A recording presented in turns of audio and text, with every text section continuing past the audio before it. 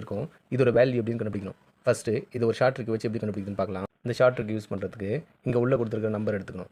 இதை 2 நம்பரோட ப்ராடக்ட் எழுதணும். அதோட டிஃபரன்ஸ் 1 வர மாதிரி எழுதணும். இந்த 6 2 × 3 எழுதலாமா? நெக்ஸ்ட்டு இங்கே என்ன சைன் கொடுத்துருக்காங்க பாருங்கள், ப்ளஸ் சைன் கொடுத்துருக்காங்களா?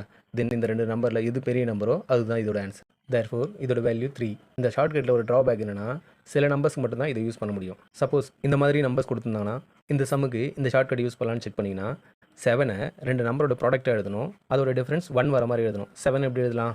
1 × 7 தான் எழுத முடியும், வேறு மாதிரி எழுத முடியாது. ஆனால் இதோட டிஃபரன்ஸ் பார்த்தீங்கன்னா 1 வராது. ஸோ இந்த மாதிரி சம்முக்கு இந்த ஷார்ட்கட் நம்ம யூஸ் பண்ண முடியாது. ஸோ இந்த மாதிரி சம்முக்கு ஜென்ரலாக சால்வ் பண்ணுறதுக்கு ஒரு ஃபார்முலா இருக்குது. √4n + 1 + 1 / 2. இந்த இடத்துல என்னோட வேல்யூ என்னன்னா, இங்கே என்ன நம்பர் கொடுத்துருக்காங்களோ அதான் என்னோட வேல்யூ. இங்கே கொடுத்துருக்கிற வேல்யூவை என்னோட பிளேஸில் சப்ஸ்டியூட் பண்ணுங்கள்.